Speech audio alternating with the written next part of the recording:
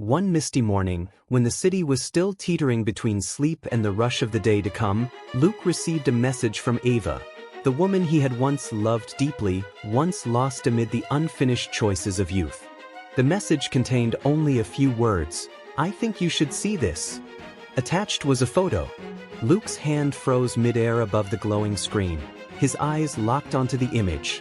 Mira, the woman who had once lain beside him every night, was clearly captured in the blurred lens of a phone camera. She sat closely beside Jason, her boss, in a hotel room that looked all too familiar. The red dress hugging her figure, the same one Luke had seen noted in her old reminders, Jason's hand resting on her thigh, and their eyes, undeniable. Luke's throat tightened. He felt as though the blood in his veins was flowing backward. No more suspicion. No more assumptions. No more late-night mental images haunting him in the dark. This was raw truth, mercilessly exposed. He didn't reply to Ava right away. He just sat there in the silent kitchen, the early sunlight casting soft angles through the window, lighting his face with a sorrow that went bone deep.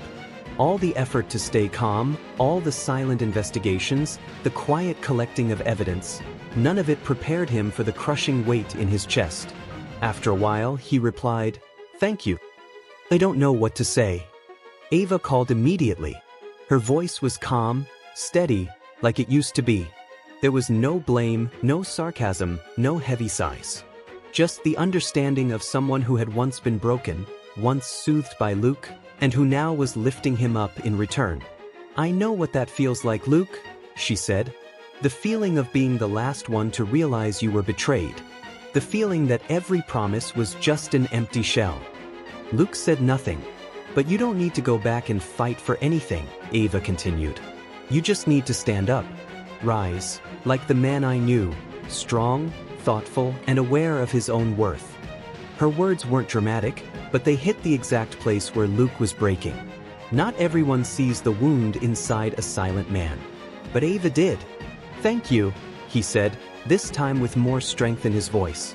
"Don't thank me. Just don't let them make you believe you're disposable. You're not the wrong choice. They were simply not worthy of keeping you." The call ended, but Ava's words kept echoing in Luke's mind. He stood up. No more trembling. No more uncertainty. No longer the man being dragged through a storm of lies. From that moment on, Luke was no longer the victim. He was the survivor, preparing to become the one who rewrites the ending. After countless sleepless nights, the files, the photos, the call logs, voice recordings, and even the anonymous testimonies, all now rested in a small USB drive. Luke no longer felt pain, no longer felt confused. What remained was a chilling calm, as if the pain had calcified within him and become a weapon. He didn't want to scream. He didn't want an argument. He wanted the truth to speak for itself, in a way that could not be denied. Luke orchestrated a fake event, the Future Connection Gala, a charity night by the Novi Foundation, under the guise of a newly launched organization aiming to connect young entrepreneurs with the community. A polished website was created.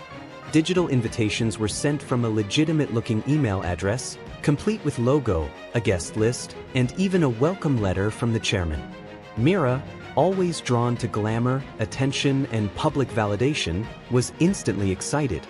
Jason was equally lured by the promise of prestige and networking opportunities. Luke rented a small ballroom in an upscale hotel, the very same one featured in the photos of Myra's affair. A bitter detail, but perfect. The invitation bore the line, "Dress code, formal, red preferred." The gala unfolded like the real thing. A receptionist welcomed guests, a few actors posed as attendees, soft golden lighting filled the room, and glasses of wine were already being poured. Mira arrived glowing in the same red dress she'd once worn while with Jason, unaware that this very dress was about to become the most damning evidence. Jason walked beside her, hand lightly on her back, both entirely unsuspecting. They stepped into the ballroom, where soft lights bathed a backdrop reading, "Connecting Trust." Luke was nowhere in sight. But just as the opening remarks began, the projector screen suddenly flickered to life. The background music stopped. The room fell into a dead, breathless silence. A video began to play, first, footage of Mira and Jason seated closely together at Betrayal Bistro. Candlelight, wine, fingers gently touching. Then came security camera footage of them exiting a hotel, hand in hand, clearly caught on tape. Next, a screenshot of messages popped up, with Jason's name in plain view. "You left your cufflink at the hotel? I'll wear the red dress, winking face." No accusations. No shouting. But the whispers began to swell like an unstoppable wave. Mira froze. Jason stiffened. Both stood there, surrounded by curious, judgmental, and shocked eyes from the guests. They realized this was no gala. This was a silent trial, where the truth stood as witness, and honor was the currency they had already sold off. And Luke, watching discreetly through a camera feed, simply smiled. Everything was in place. And this was only the beginning of the end. Mira stepped into the ballroom in a form-fitting red dress, her curled hair swaying gently with each step, her eyes sweeping across the grand space with a confident smile. A glass of champagne shimmered in her hand. She didn't notice when Jason entered a moment later, but their eyes locked instantly. "You got invited too?" Mira asked, slightly surprised. Jason raised an eyebrow. "Thought you were bringing your boyfriend?" They both chuckled, a vague kind of laughter, unable to hide a trace of unease. Neither of them knew that tonight wasn't a prestigious gala. It was a meticulously crafted trap, set by the very person who once loved them most. Then, Luke appeared. He stepped onto the stage from the back, quiet and composed. The ambient noise in the room slowly faded as the spotlight found him. Jason and Mira froze, speechless. "Thank you all for coming to tonight's gala," Luke began, his voice calm, but a sharp glint flickered in his eyes. "This event isn't about raising funds, it's about exposing something else, betrayal." He pressed a button. The projector screen lit up. A series of images appeared, Mira and Jason sitting closely together at Betrayal Bistro, candlelight dancing in their eyes. Then photos of them leaving a hotel around midnight, hand in hand. Next, phone notes. Red dress, hotel, Jay's cufflinks. Then the messages appeared on screen, one after another, slow and deliberate. "Jason, you look best in red. Just don't let Luke find out." "Mira, relax. He's too naive to notice." The room held its breath. Then murmurs began, spreading like ripples across still water, growing into a wave of shock and quiet disgust. Mira turned pale. She rushed onto the stage, eyes teary, voice trembling. "I'm sorry. It was a mistake. I didn't want it to turn out like this. Please, let me explain." Jason snapped, furious. "What the hell is this? Spying, recording, setting us up? This is defamation." Luke turned toward them, no longer with resentment in his eyes, only the steady calm of someone who had walked through fire and come out stronger. "You called me naive," he said, "and you were right, I was. I believed in love, in Mira, in the decency of people I called friends. But not anymore." He paused. "I'm not here to win back love. I don't need your explanations or your apologies. I'm not walking away, I'm choosing freedom."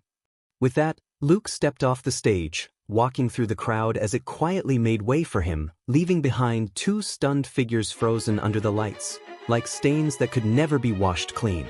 The gala night, with no glory, no celebratory toasts, ended with nothing but the bare truth and a man walking away with his head held high. After the fateful gala night, the world of Jason and Mira collapsed like a sandcastle meeting the rising tide.